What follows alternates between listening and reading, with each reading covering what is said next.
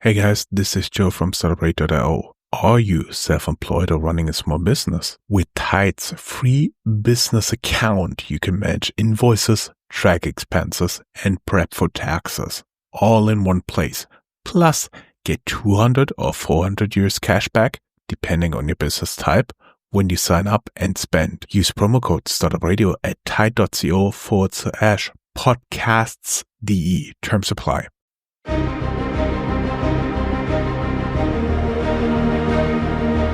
Welcome to Startuprad.io, your podcast and YouTube blog covering the German startup scene with news, interviews, and live events.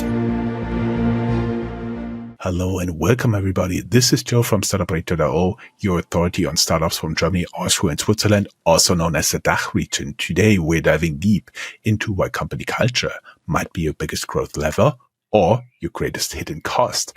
My guest is someone who has dedicated his career to building what he calls magic cultures. Welcome, Christian Conrad. Hi, Jörn. Lovely to be here. Totally my pleasure. And we're both smiling because we're going to introduce our audience to a very simple German word. It's called Fachkräftemangel. Yeah, my Australian coach, Carl, always, when we talk about that, he says, could you repeat that, please? It's such a beautiful word. It's impossible to pronounce for me. Fachkräftemangel. It's basically skilled labor shortage. But in German, we have that possibility to build words as we please and make them as long as we like. Exactly. There are other famous German words, but we are sticking today with Fachkräftemangel.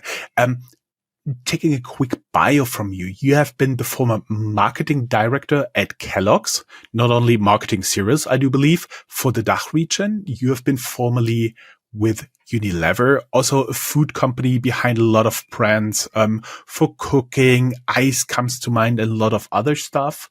You are the founder of Engagement Booster. You are the author, attention again, Magnetische Unternehmenskultur, meaning the book is called Magnetic Company Culture. And you are on a mission to put 1 million to help 1 million employees to smile by 2035.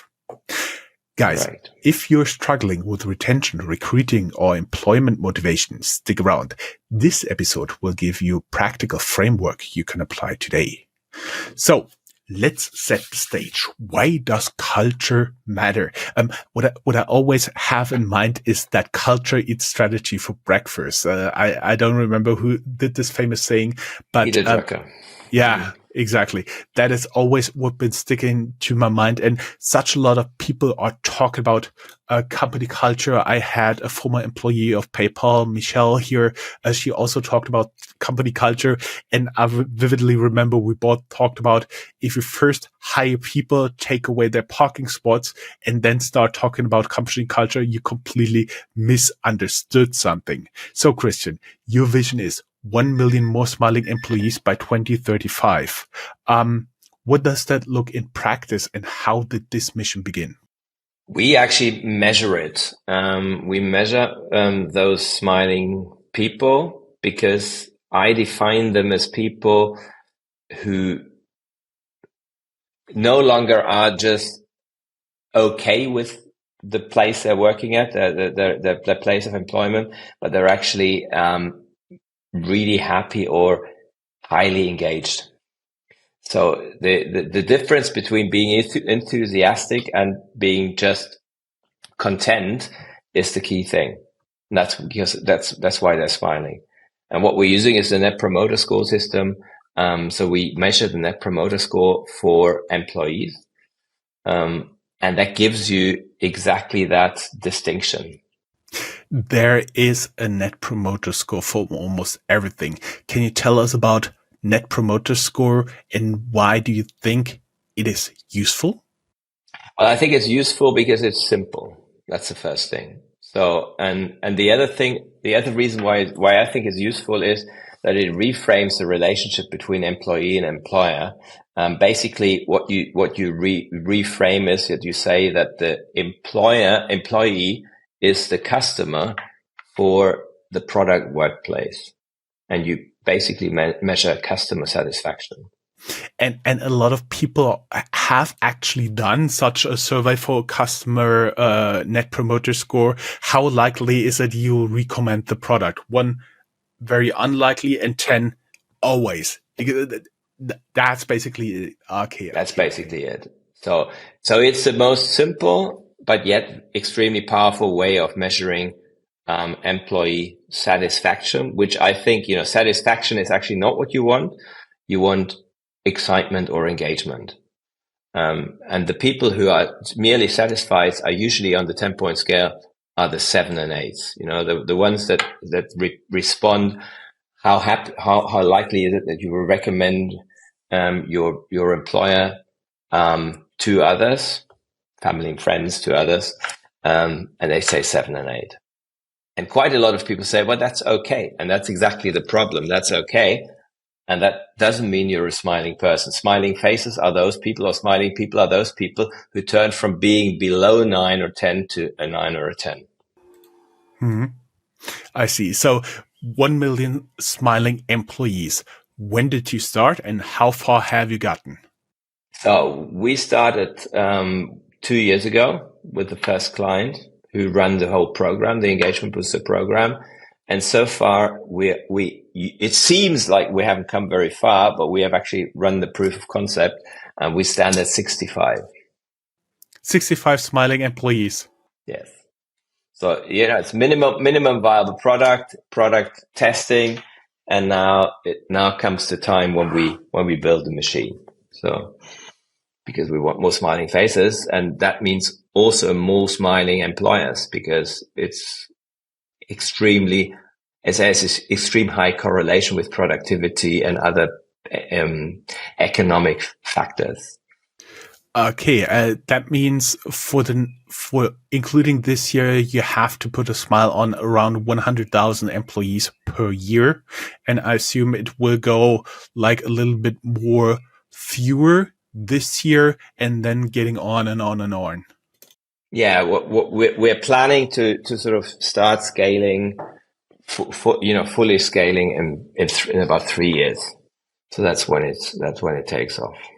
I see. Let's get back to our favorite word. You've argued that Fachkräftemangel is often self-inflicted. What's behind this provocation?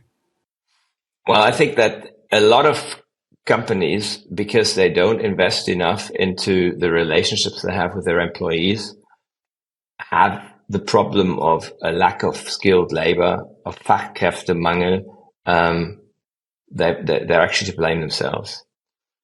It doesn't happen by itself. It's like, I don't know who said that, but if you say that, if you liken a really competitive corporate culture with climbing a high mountain, then, if you see someone on top of a mountain, you can be fairly sure they didn't fall there.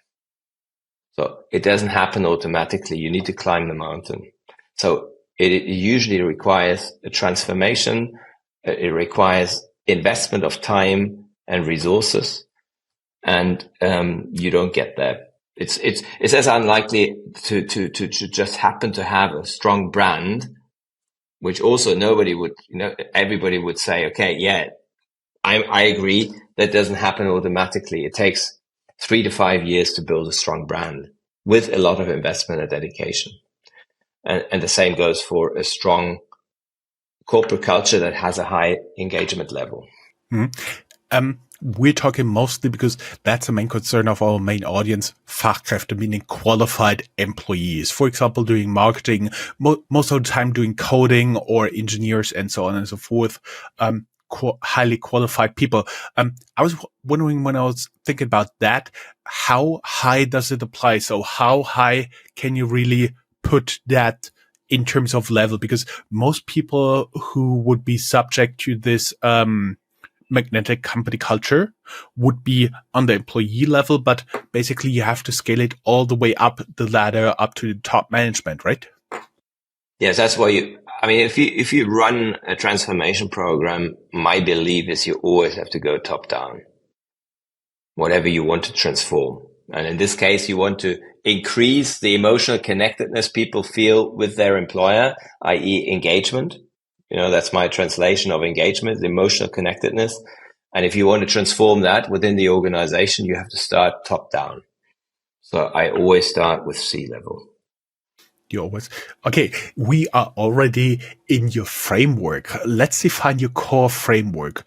What makes a company culture truly magnetic?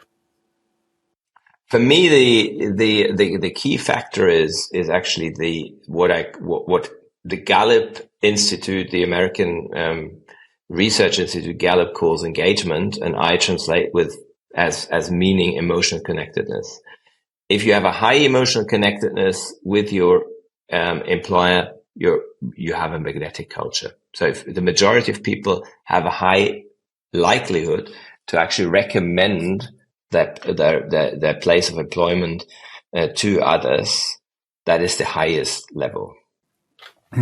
And many people do confuse company culture, having a good company culture, with having a fancy office.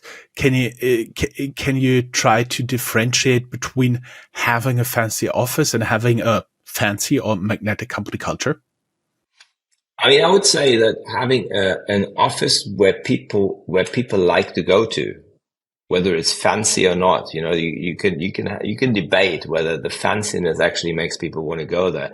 I think that a shoddy office actually is a disincentive for people to go to the office. So if companies complain that people are working from home too much, they need to make it attractive to get to the office. I think that having an office where people like to go to is very important, because that's where they meet, that's where they connect, that's where they interact. I know you can feel connected when you work remotely, but a lot of companies after post-COVID have actually realized that you need to be together at times, particularly when you work creatively and as a team. Does your framework therefore also or only partially apply to fully remote companies? I would say it applies to all companies, because what it does, it works with what is, right? I mean, whatever your setup is, and if you measure how connected people are, that's where you will get some responses as to how you can improve it. And if people say, because when you ask the question, how likely is it that you recommend the employer, you get a figure. So that's descriptive. All the people are asked a second question, which is, if you're a 9 and 10, what did we actually do? What actually caused you to give us a 9 or a 10? And then you get an open-ended question, and people can write whatever it is that they love about the company. And one of those things you do to get your employee to 9 or 10 on a net promoter score is what you also call engagement boosters. What is it? Can you walk us through, and why it's so deceptively effective? Yes, I mean, what I've spent a lot of time, I would say that I've been thinking about company culture since I finished university. The first time I ever got into contact with corporate culture, I was still at university, because I wrote an essay on corporate culture, marketing strategy to corporate success, because I wanted to win an internship with Lufthansa in New York. That was one of the prizes. Yeah. Did you get it? And I got it. Yeah. Mm-hmm. And that set me up for marketing, because I had never studied any marketing. So actually, that's corporate culture. That's where it started. And I got to know corporate culture and worked as a consultant for many years. And now, since 10 years, I've dedicated my life to working on culture and coaching leadership topics.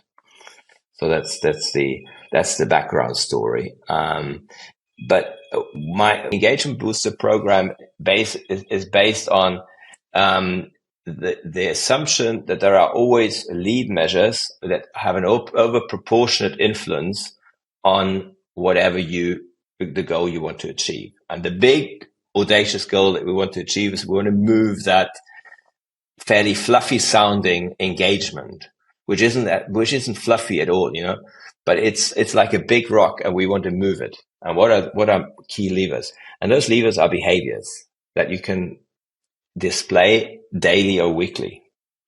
So something that you can do, or whoever you are in the organization, any day of the week. That's a lever. Can you give us an example of such engagement boosters? I have identified 3, and I wouldn't say they're the only ones, but they have an overproportionate influence on engagement. The first one I call connective listening. So that's listening with the intent to strengthen the connection. Like if I'm listening to you, not with the intent to reply, but actually with building a connection, something changes. Now we're in an interview, so, it's not necessarily, we will create a connection through the interview if we also listen to each other. But it's a mindset, and then it's also a practice. And the economic benefit of that is first and foremost that you reduce the number of misunderstandings that happen. And one of the big bad things that happen in organizations that negatively influences the feeling of emotional connectedness are misunderstandings. And it's also the biggest productivity killer. So the other thing that happens, it builds trust. So on one hand, you have a very economic impact. You reduce misunderstandings and you increase productivity automatically. If everybody stops interrupting each other and people start listening to each other, really making sure they understand and they build the connectedness among each other, that productivity increases and trust increases as well. Because if you kind of put yourself in the situation where you're in conversation with someone and you realize someone is actually truly listening to me and seeking to understand me, you will open up. And wherever trust is high, speed of execution goes up and transaction costs go down. I like that idea for multiple reasons, because my next question, we'll soon get to that, is talking about emotional connections that also disqualifies, if you can measure that, if you're really serious about that, that can basically help reduce the number of bad bosses if you're not just looking at financial KPIs, which is something I really, really like. And going to my next question, the emotional connection is now a new business KPI. How can companies start measuring that? Well, the simplest way that I know of is measuring Net Promoter Score. So you measure the employee Net Promoter Score by asking that very simple question. You can either do it yourself or you can have someone like me do it for you, which increases the likelihood, if you do it externally, that people will be honest about their responses. So you can do it internally, yes.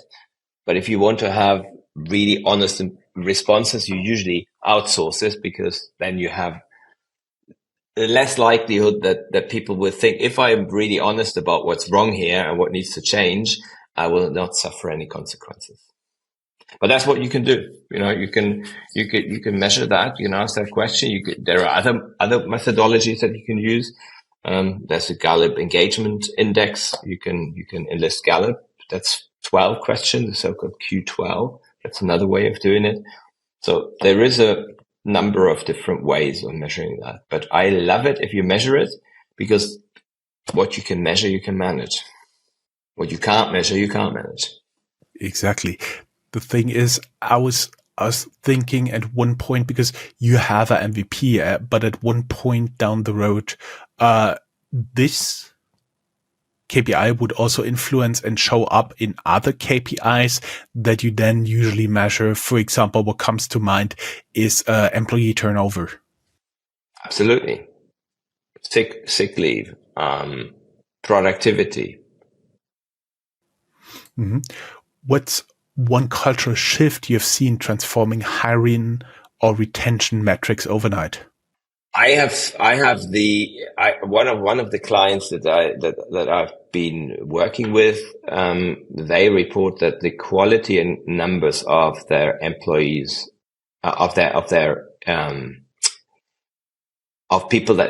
applicants, have significantly increased within less than a year since they ran the engagement booster program. Which isn't surprising to me, because what it does, it actually changes the way that people work with each other, and that in today's world, fast-moving world, translate into social media buzz and very clearly things like Glassdoor or Kununu ratings. We said that more applications. In the back of my mind, there just started a small Joe jumping up and down with the sign Fachkräftemangel. Exactly. And for that company, that's hugely important because they're growing at a double-digit rate. So that is not something, that's not a small thing. If you are desperately looking for highly qualified staff to fuel your growth, if you can't get them, you get what I call non-turnover. You get a lack of growth simply because you can't staff your projects. Mm, yeah. I'm always curious about the experiences of our audience. So I was wondering, guys, what's the smallest cultural habit that make a big difference in your company? Share it with us on LinkedIn or tag us at X, Blue Sky, or Threads at Startup Radio. Christian, let's do a deep dive. Leadership, trust, and culture design. You speak about leading with love instead of fear. What does it mean in the boardroom? Just to be sure, nobody heard this wrong. I said boardroom, you dirty minds. Well, I think it's a choice that every leader has. How do you want to lead? So if we contrast the two paradigms, then leading with love would be seeing the person as well as the financial KPIs and figures. And leading with fear usually means seeing less the person, but just using people to achieve your means, which is a huge difference, right? And if you lead with love, it doesn't mean that you are fluffy or soft. It means that you are respectful, firm, have a clear vision, but people actually are a huge decisive factor in the way that you manage and lead. If you lead with fear, people are usually not really a big factor. I've heard people say that it doesn't really matter who we have. Anybody can be substituted. So we use people, throw them away, and get new ones. And in a situation where you have Fachkräftemangel, that is something that you need very deep pockets to be able to afford. So I think it's a highly economic business figure or related paradigm shift that you will see in the bottom line. If you move from a management by fear to a management by love. Love sounds so fluffy, but love just means that people actually play a huge role. What does it mean? It means that in very economic terms, it means that you put people away from the P&L into the balance sheet. You get the point? Human resources are not in the balance sheet, which is why they're treated as costs.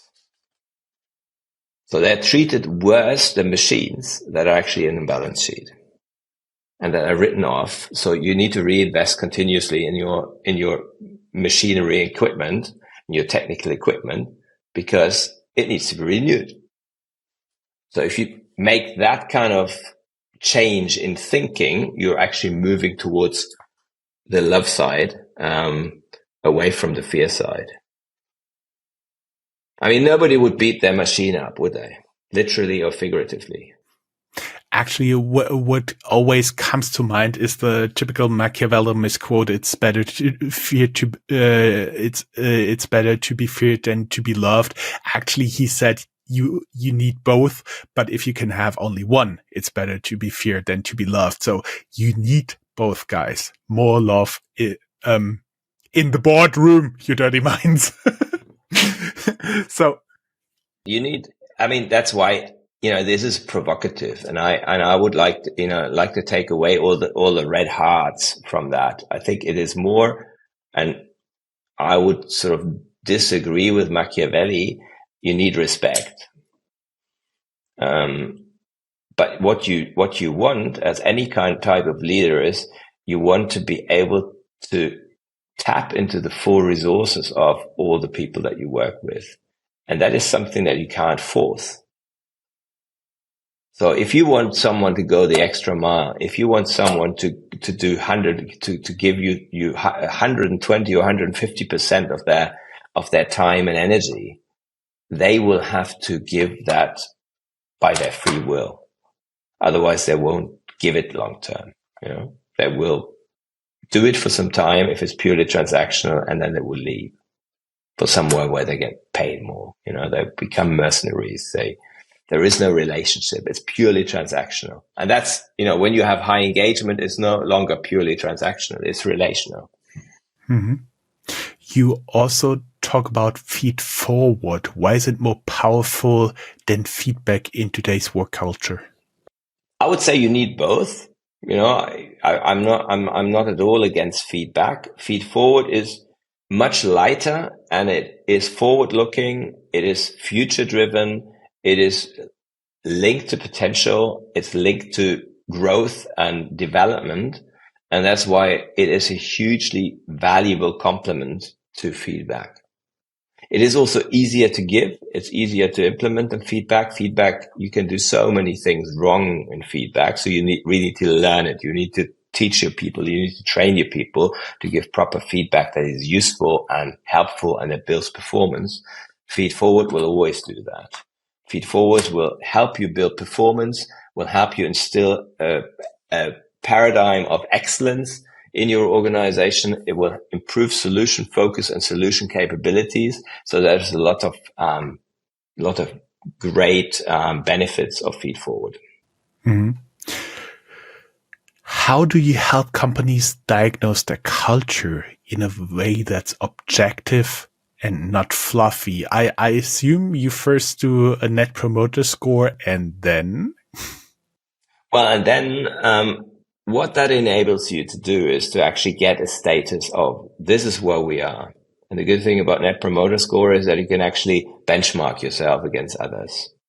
So you know where you are in relationship perhaps to similar companies that you want to compare yourself with.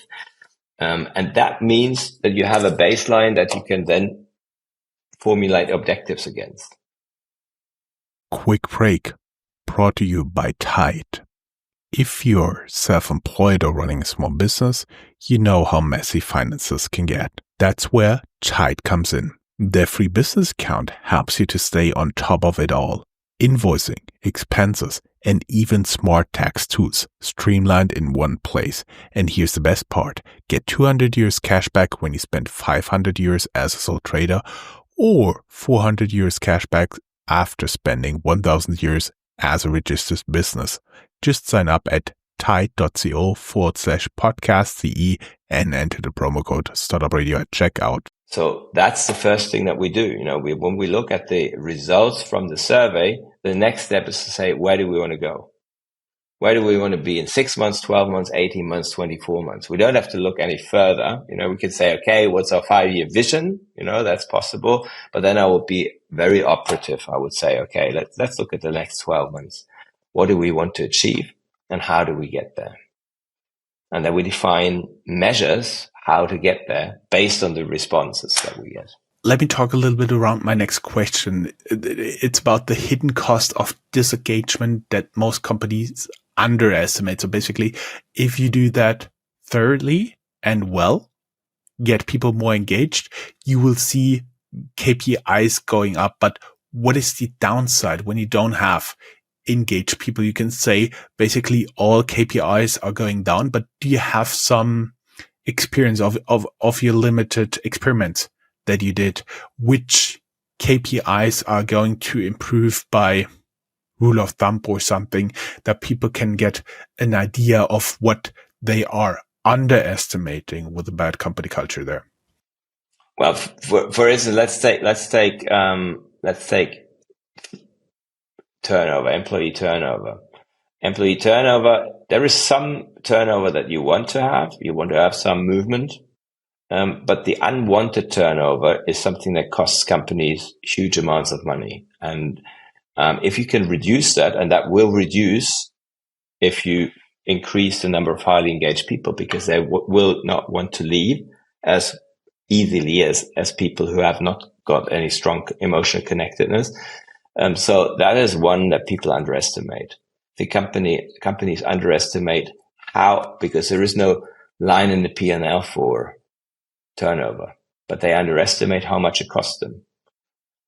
Often what they do is they say, okay, how much money does the average person, do I pay the average person? What are my costs? And what I always challenge them with is, do you actually hire an employee to just deliver the value that they cost? That would not be good business. Good business is you need to get a return of a minimum of 2.5 times the investment that you give. So let's say someone makes 100,000 euro, and you have what we in German call, another nice word, Lohnnebenkosten. So all the other costs associated, another lovely German word, very long. All the other costs associated with the employment is usually between 25 and 50%, depending on the number of benefits, etc., that you get. We made ad for our audience.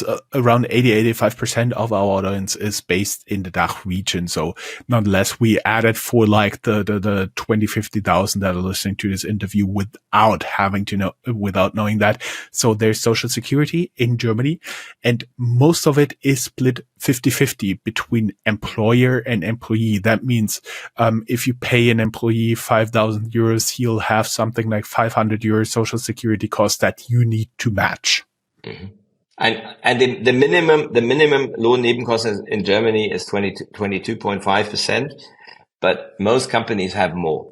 So let's say it's 50% just for simplicity's sake. Then let's say it's a complex job, so it takes you 1 year to get up to speed, right? You hire someone, and from the day of hirement and the first day in the office until they are as high performing as their colleagues in the same job who've been there for 2 years, let's say it takes 12 months. Quite often it takes longer. Anybody who's in sales or whatever knows that. But let's be very simple. Then a lot of people would say, okay, then turnover of one person will be 150,000 euro. But that's not true, because the minimum that you have to have is 2.5 times that much.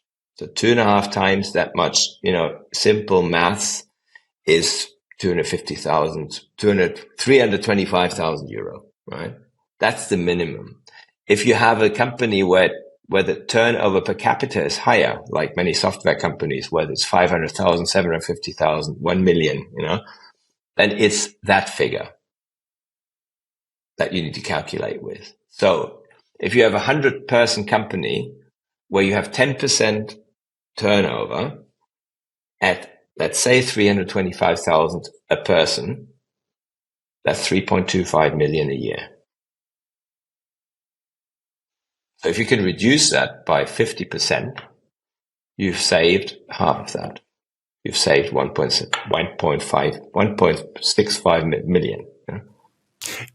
Let's give a short break to all the C-level executives and founders who are now doing some calculations in their head. Okay.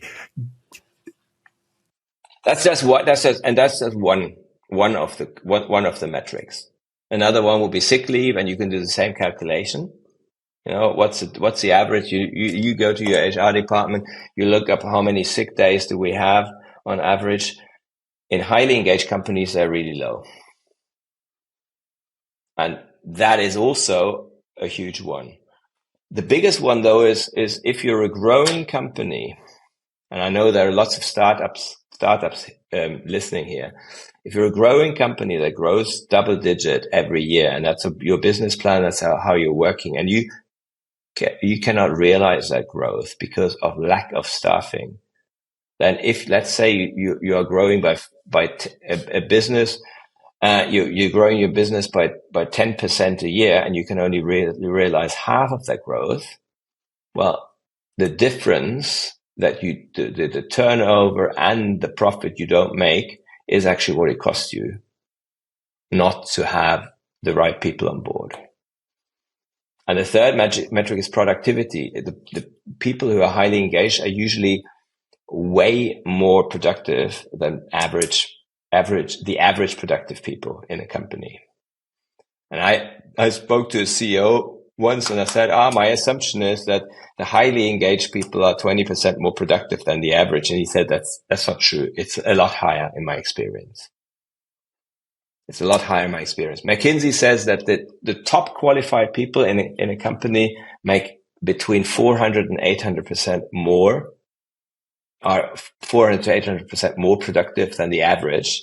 Now, I think that's a little steep, I don't know exactly what they base the figures on, but take something between 50 and 100. They based it on the daily rate. Otherwise, you cannot justify them. I'm sorry for my company.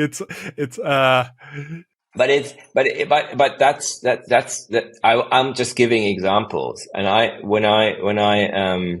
when I work with management teams to understand the dynamic, the business dynamic of engagement, I usually use turnover and productivity as a sort of example, because it kind of highlights A, the cost, but B, the potential. Now, if you could drive productivity by 5 or 10 percentage points in your organization, what will that mean for you? And it means that investing in engagement is actually a business case. How much do you need? How much money do you need to invest to drive engagement is relatively modest in comparison to the potential gains that you have. Yes, it requires commitment, time, a certain budget. That's for sure. But the rewards are usually 10 to 20-fold. We've been talking a lot about KPIs, but psychological safety is everywhere in theory. How do you embed it, especially for your clients? How do you recommend they embed it in their daily operations? That's a good link to the second engagement booster behavior, which I call positive reinforcement. And positive reinforcement is not the same thing as simply telling someone, good job. That's what some people think is positive reinforcement. Positive reinforcement means exactly that. It means linking up as a leader, or as a leader or manager. You observe what are the psychological needs that people have. And the most basic one is psychological safety. I mean, the whole notion of psychological safety came up through a research project that Google did with Harvard University, Amy Edmondson. The project was called Project Aristotle, and what Google wanted to find out together with Amy Edmondson was what factors drive high performance in teams. And they isolated a number of factors, and the most basic factors, the foundational factor, was psychological safety. And if you take a step back, it's easier to understand why, because if you feel safe psychologically, you will share whatever is on your mind. You will not be afraid to make mistakes. That will drive you. As a team, you will find out if things go wrong much, much better. Trust will go up. People will be able to share both their strengths and weaknesses, and teams can form. Performance goes up, but that's the basis. And if you manage by fear, going back to our discussion before, people will not feel safe. So they will hide, they will either withdraw, fight, flight, or freeze. Those are the results of if you're scared, if you're in shock, if you're in fear, and you will not give your full potential to your team. Far from it. I see. Can you explain how the Kano model applies to employer branding? Yeah, the Kano model is a model from customer satisfaction. So it's a Japanese model. Kano was a Japanese, I think, engineer, and he said that there are three factors that constitute customer satisfaction. The basic factors, which is basically, let's say you have a product like a washing powder, and the washing powder has a basic thing that it should do, a basic job to be done, and that job to be done is to clean something. So if a washing powder doesn't clean, that basic factor is actually violated, and people will be unhappy with the performance of the washing powder. You cannot substitute that basic service that the washing powder gives with something on top, like, oh, it washes at 30 degrees, 30 degrees as well as 60 degrees. If it doesn't wash, it doesn't matter. Now, let's say you have a washing powder that's doing a really good job. It washes perfectly, and in addition, you can actually turn down the heat on your washing machine, so you save some energy. That is a performance factor. So that performance factor will actually differentiate yourself, at least for some time, from the competition. After a while, others will adopt and will say, okay, and then becomes maybe even a basic factor. But the key thing in a product or a brand that you want to achieve is the kind of excitement factor, that people are excited about your product or brand, and that is something that's not easy to achieve, but if you achieve it, you have more competitive insulation, you have less price sensitivity, and people are excited about your product or brand. They will be linked to it. They will not easily switch, and they will stay with you because you continuously surprise them and excite them. And that's the same thing if you do the reframe now. Okay, let's say the job is actually the product. The question for you as the product designer, as the manager or HR department or people culture department or whatever, how can we design the culture with the job is in a way that people aren't just basically satisfied with the pay they get, the safety they have. Those are all basic factors, right? Or the benefits that they get, the performance factors. But how can we create that kind of excitement that people feel emotionally connected, that they feel they have friends at work, they have a place where they can belong, they can fulfill their dreams, their mission, they can feel that they are part of something bigger than themselves.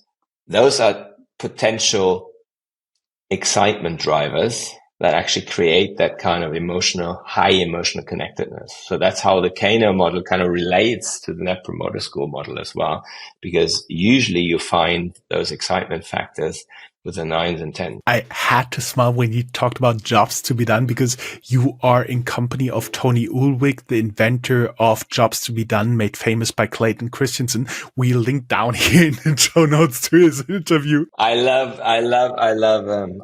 Clayton Christensen's description of Job to be Done. You know that video where he talks about the milkshakes? Yep. Yeah. I'll try to link this here down in the show notes. Mm-hmm. So you could say, obviously, what's the job to be done with a job, right? What's the job to be done for the customer, i.e. the employee? You as an entrepreneur or as a manager or as a director, the job to be done is that they perform a good job for the company. But turn it around and say, okay, change the perspective to a customer perspective and not to a supplier perspective, from a supplier to a customer perspective, and say, what is the job to be done for my potential employee that I want to attract? And it changes the way you think. Mm-hmm. How do you address founders who say we're too small to care about culture yet? I think that's a fallacy. I mean, that's as if you would say, I want to build a house and I'm too early on in my building process to lay the foundation. I would say that if you don't think about that from day one, you will have a hard time, because then you will have to change something again. You have to change the whole setup, perhaps. I think you need a vision for the culture you need to drive your business model. So it is one of those strategic decisions that you have to make early on, to ask yourself, what kind of business, what kind of environment do I want to create? And I would be very business oriented. What's the business environment that is best suited for my business model to achieve my vision, my goals, my business objectives, and really try to ask your potential employees, the ones that you would love to hire, what kind of environment they need to be at their best. And then you build the culture accordingly. Begin with the end in mind, That would be my take. I think you can't start too early to think about culture. And that's something that good kind of incubators would tell you, An acquaintance of mine, Jörg Reinbold of the APX incubator in Berlin. He's a great fan of helping small, young startups get over the first hurdles, and he's a great fan of creating a strong culture from day one. Mm-hmm. Speaking about culture and soft skills and leadership, what would you say? What soft skill in leadership is now a hard edge for competitiveness? Well, I think that excellent listening skills will give you an edge in many, many ways. You want to drive innovation, be a good listener. You want to find the secret of fast growing, of fast tracking your growth, be a good listener. Train your listening skills. You want to have high engagement, build that muscle. It's a huge lever that you have in building business. Christian? Yeah. It was a pleasure having you. We originally envisioned this to be one podcast, but we are now recording for 50 minutes. And I think we'll take a short break and make this a 2-episode interview for the very simple reason. The way to work of most of our listeners is not that long. Would you agree to come back to the next recording? I'd love to. I appreciate, your questions and being able to hopefully answer some questions that are relevant for the audience. That's the key thing. Great. Thank you very much. It was a pleasure having you as a guest. Thank you.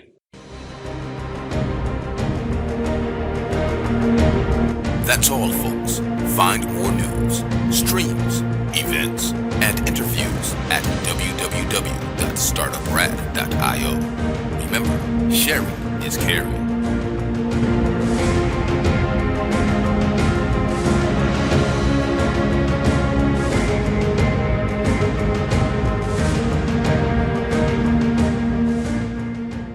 Ready to level up your business finances? open a free business account with Tide and get up to 400 euros cash back after qualifying spend. Go to tide.co/podcasts.de and sign up using promo code Startuprad.io. Don't wait. Start saving time and money today.